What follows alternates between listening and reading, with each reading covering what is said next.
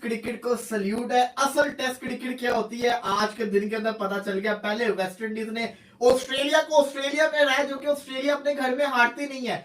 फिर इंग्लैंड ने इंडिया को इंडिया के अंदर हरा दिया। मुझे तो यकीन ही नहीं आ रहा। चलो वेस्ट इंडीज की समझ आती है, वेस्ट इंडीज पहले दिन से अच्छी क्रिकेट खेल रहा था। ये वाला टेस्ट मैच तो इंडिया के हाथ में था। बात बताओ, ये टॉम हार्टली की पहले दिन मीम्स बनाने वाले कि वो उसने कभी ख्वाब भी नहीं देखा था वो हैदराबाद जाएगा।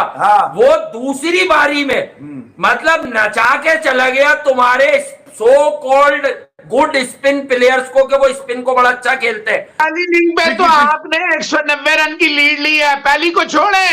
आप बात करें 230, आपने बिल्कुल सही कहा कि अगर 200-210 भी अपने हैदराबाद में पहली दफा इंग्लैंड ने इंडिया को हराया, first time in the history India was beaten by England. Siraj को आखिरी स्टंप कर लिया, टॉम हार्टली 7 विकेट्स ले ली, लेकिन इंडिया फंस बहुत बुरा गया है। भाईजान ये जो 10 साल से तुम्हारी क्रिकेट पर विराजमान है, ये क्यों पूरे दिन ओली पोप से पिटता रहा? ओली पोप ने बताया और आज एक बेवकूफ उसको अश्विन के साथ स्पिन का लेजेंड भी बता रहा था। अब भी 190 रन की लीड लेने के बाद फर्स्ट इनिंग्स के अंदर इंग्लैंड फर्स्ट इनिंग्स में की 246 के बाद ऐसा लग रहा था कि इनिंग्स की डिफीट से इंग्लैंड ये गेम हारेगा, लेकिन वहां से टर्न अराउंड करवाया ओली पोप ने। शर्म आनी चाहिए भाई, शर्म आनी चाहिए। जनाजा तो हमारी क्रिकेट का उछला, जो ऑस्ट्रेलिया ने हमें नंगा करके भेजा, न्यूजीलैंड ने हमें नंगा करके भेजा, वेस्ट इंडीज जैसी बच्चा टीम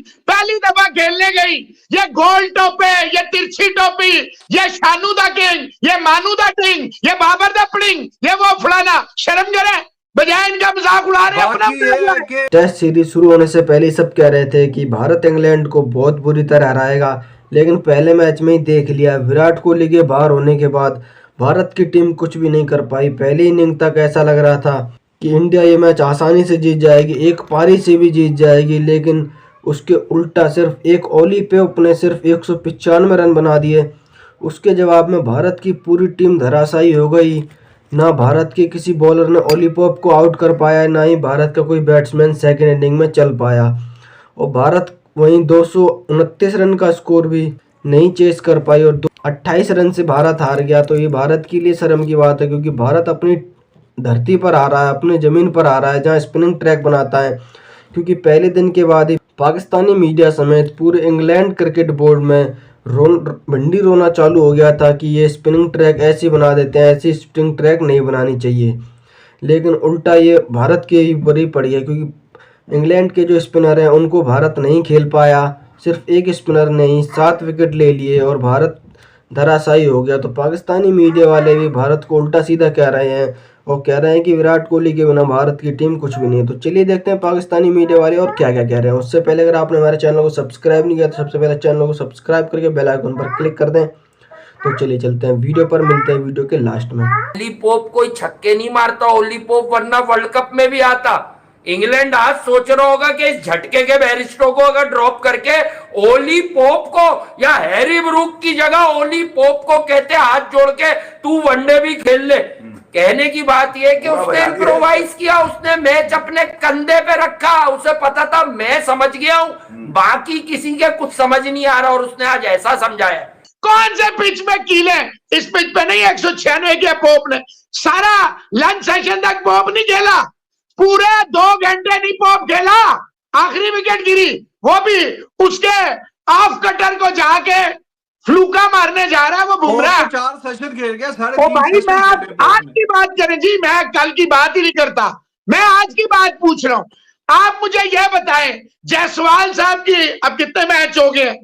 एक डेब्यू का स्कोर, एक फर्स्ट इनिंग का स्कोर, बताओ ना। विराट निकाल दो, निकलो बाहर। अबे बगैर विराट कोहली के बुरा लगे तो कोई बात नहीं, नहीं देखना। बगैर विराट कोहली के तुम्हें वो भी ठोक देंगे जिनकी तुम 300 दिन मीम बनाते हो, ये मैं कब से बता रहा हूं तुम्हें। 110 रन पे उसका कैच छूटा, 86 रन उसके बाद मजीद उसने ऐड किए। नीचे जो टेल एंडर्स हैं, चाहे रेहान हो चाहे टॉम हैटली हो, क्या जबरदस्त रेजिस्टेंस दिखाई बैटिंग के साथ, और एक मिरेकलस किस्म का टॉम हैटली का यह टर्न अराउंड हो गया, जिसका पहला स्पेल आप सबको याद होगा, जिसके टेस्ट डेब्यू पे पहली बॉल छक्के के लिए जाती है, दूसरे ओवर में वो शॉर्ट पिच डिलीवरी करता है और चौका खाता है, और वहां से ऐसा लगता है कि टॉम हैटली पता नहीं किधर आके फंस गया, जैसे रजिया गुंडों में फंस जाती है। और उसके बाद पहली इनिंग्स में रन्स लगाए, दूसरी इनिंग्स में रन्स लगाए, 57 रन्स ऐड किए, 7 विकेटें दूसरी इनिंग्स के अंदर ली, और सिंगल हैंडेडली इंग्लैंड की बैट्स बॉल अप्रोच को ये गेम जितवा दिया। में क्या हुआ, you need to talk about this session. ये जो सेशन आखिरी हुआ, ओनली दिस सेशन। आप देखिए 3 आउट हो गए, छोड़े, अक्षर भी आउट हो गया, उसको भी छोड़े, वो टेल एंडर है, उसने जो 15-17 रन कर दिए, मैं कहता हूं that was more than enough. Tail ender से 17 रन, 12 रन आपको सिराज ने दे दिए, चौका भी लगा दिया। इनको छोड़े, आप मुझे ये बताएं, छोड़ दें इनको। KL Rahul when he will score runs, whenever team India is in dire needs of runs, Rahul एक इनिंग में स्कोर करेगा, दूसरी, यही पाकिस्तान में होता है। Iyer, when will this guy will score? Attitude, तुम्हें क्या पता है? बताओ कौन सी बॉल पे मैं फंसता हूं, बताओ। अबे शॉर्ट पिच आप बाहर नहीं खेल सकते, स्पिन आप घर में नहीं खेल सकते, कौन सी बॉलिंग पे आप खेलना पसंद फरमाएंगे? इतनी स्ट्रॉन्ग इंडिया टेस्ट मैच के अंदर हुई थी, फिर वो सही कहते हैं ना, टेस्ट क्रिकेट में हर दिन आप 0 से शुरू होते हो, 0 से शुरू होते हो, हर दिन आपको गेम चेंज करता है। कल तक किसी को लगता नहीं था ये इंग्लैंड टेस्ट मैच जीत सकती है, और आज इंग्लैंड जीत गई, बल्कि 231 पे जब था तब भी लग रहा था कि इंडिया चेस कर जाएगा। वही हुआ, स्पिन विकेट बना के इंडिया पे उल्टी स्पिन विकेट बनेगी, जैसे कि बीजीडी ट्रॉफी के एक टेस्ट मैच के अंदर ऐसे ही हुआ था। आप मेरी बात गौर से सुनिएगा, देखिए। लोगों को लगता है कि Bazball is all about hitting, Bazball is all about closing your eyes and hit going for sixes. No, Bazball is all about the mindset. आज जो बेन स्टोक्स का रन आउट था रविंद्र जडेजा का, जहां से पूरी tables turn around हो गई, वो रन आउट ये गारंटी देता है, और ये एक विजुअल आपके सामने एक एविडेंस है कि बैट्स बॉल है क्या। बैट्स बॉल एक अप्रोच है, एक माइंडसेट का नाम है कि हार नहीं माननी, रिजल्ट हमारे हक में आए, रिजल्ट हमारे हक में नहीं आए, कोई फर्क नहीं पड़ता, बस एंजॉय करो, क्रिकेट खेलो, खुद भी शुगल मस्ती लगा के रखो, इंटरटेन करते रहो। और इंटरटेनिंग ब्रांड ऑफ क्रिकेट ने वो कर दिखाया जो शायद आज से 2 दिन पहले जब क्लोज ऑफ प्ले हो रहा था, आज से 48 आवर्स पहले जब इंडिया 175 रन की लीड ले चुका था, तो कोई ये चीज को प्रेडिक्ट नहीं कर सकता था कि इंग्लैंड ये टेस्ट मैच जीतेगा, और ऐसा जीतेगा कि चौथे दिन जहां बेन स्टोक्स एक रूल को एक्सरसाइज करता है कि अगर आपको रिजल्ट आते हुए दिख रहा है, सो आप क्लोज ऑफ प्ले के बाद भी आधे घंटे को एक्सटेंड कर सकते हैं, अगर लाइट परमिट करती है 8 ओवर या 30 मिनट। और उसने उस रूल को एक्सरसाइज किया और वो कर दिखाया जो कि शायद किसी को उम्मीद नहीं थी इंग्लैंड से। अब इंडिया टर्निंग ट्रैक नहीं बना सकता, इंडिया टर्निंग ट्रैक नहीं बना सकता, क्योंकि इंडिया के पास जो एडवांटेज था कि इंडिया के पास स्पिनर्स अच्छे हैं, इंग्लैंड के जो स्पिनर्स हैं वो भी बड़े खतरनाक हो गए हैं।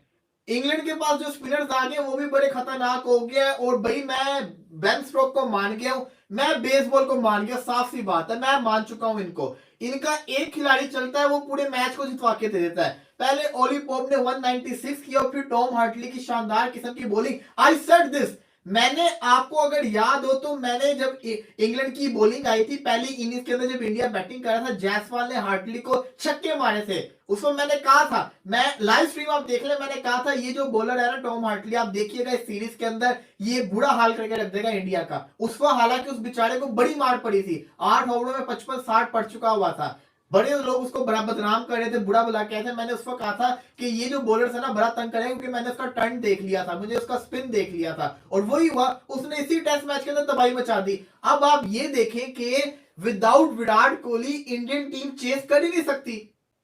हालांकि इतना डिफेंसिव क्रिकेट, इतनी डिफेंसिव क्रिकेट इंडिया ने खेली है, अटैकिंग क्रिकेट खेलते तो ये जीत भी जाते। भारत ने पहली इनिंग में 400 प्लस का स्कोर किया, लेकिन सभी खिलाड़ी पाकिस्तानी खिलाड़ियों की तरह अपना स्कोर बनाकर आउट हो गए, क्योंकि किसी भी खिलाड़ी ने शतक नहीं बनाया। ओली पोप ने जहां दोहरा शतक बनाया था, क्योंकि वो सिर्फ 5 रन पीछे रह गया था। उसकी सारी टीम आउट हो गई थी, लेकिन वो सिर्फ 10वें नंबर पर आउट हुआ क्योंकि वो टिका रहा। उसके सामने कोई कुछ भी नहीं कर पाया। भारत का कोई भी स्पिनर उसको आउट नहीं कर पाया। वो बढ़ बढ़ के खेल रहा था, स्वीप शॉट, बहुत तरह के शॉट मार रहा था, लेकिन किसी भी खिलाड़ी ने उसे आउट नहीं कर पाया। अब भारत को और बीसीसीआई को सोचना होगा कि चेतेश्वर पुजारा और अजिंक्य रहाणे जो टेस्ट स्पेशलिस्ट हैं उनको बाहर नहीं बिठाना चाहिए। अपने घर में भी ये सही से नहीं खेल पा रहे, सही से नहीं जीत पा रहे, तो बाहर क्या घंटा जीतेंगे जाके? क्योंकि विराट कोहली भी 1 आध साल के बाद संन्यास ले लेगा और रोहित शर्मा भी संन्यास ले लेगा और उसके बाद भारत की टीम कमज़ोर हो जाएगी। अभी तो भारत की टीम कमज़ोर लग रही है। फोर्थ इनिंग थोड़ी डिफ़िकल्ट होती है, लेकिन इतनी भी डिफ़िकल्ट नहीं होती कि आप 250 रन भी स्कोर नहीं चेस कर पाओ। ऐसा भारत को नहीं करना चाहिए था। भारत ये स्कोर आसानी से चेस कर लेता, लेकिन इसमें भारत की कुछ कमियां रही हैं। कप्तानी भी थोड़ी ख़राब कही जा सकती है और भारत की फील्डिंग भी बहुत ही ज़्यादा बेकार रही थी, क्योंकि बहुत सारे चौके जो नहीं जाने चाहिए थे वो चौके गए थे, रन आउट हुए हैं, जैसे आपस में तालमेल नहीं खा रहा था, और कैच भी छोड़े गए हैं। बैटिंग, बॉलिंग और फील्डिंग तीनों ही डिपार्टमेंट में भारत पीछे रहा है। इसी वजह से भारत ये मैच हार गया। दूसरे मैच में भारत जरूर कमबैक करेगा। तो मिलते हैं आपको किसी नई वीडियो में, तब तक के लिए जय हिंद।